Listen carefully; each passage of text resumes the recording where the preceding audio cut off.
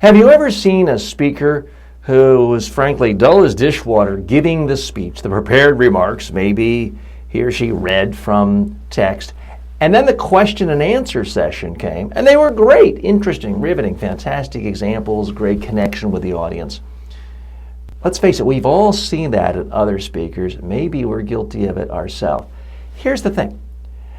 Q&A is not easier than giving a prepared speech. It's just different. But here's what I believe.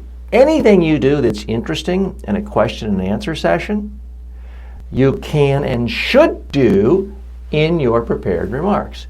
If you find you are consistently boring yourself, boring other people in delivering your speech, but are interesting in the Q&A section, then here's my advice to you. Take your prepared speech, tear it up in little pieces, throw it in the trash can, and then simply write down the 10 most common questions you get when you're speaking on this subject.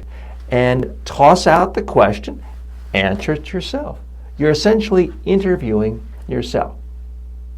And that's your speech. You could have a simple one sheet of paper, 10 questions, interview yourself. That can be an excellent, fantastic structure and outline for many speakers.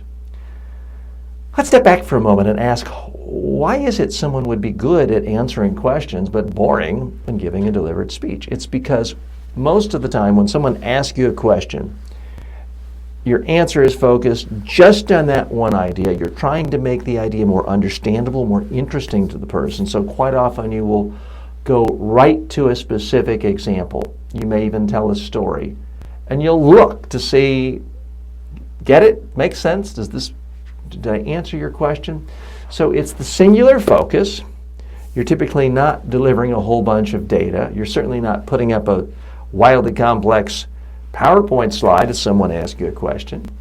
You're focused on one thing at a time. You're trying to bring to life an idea to answer that person's questions. You can do, and you should do, exactly the same thing when you're giving your prepared presentation.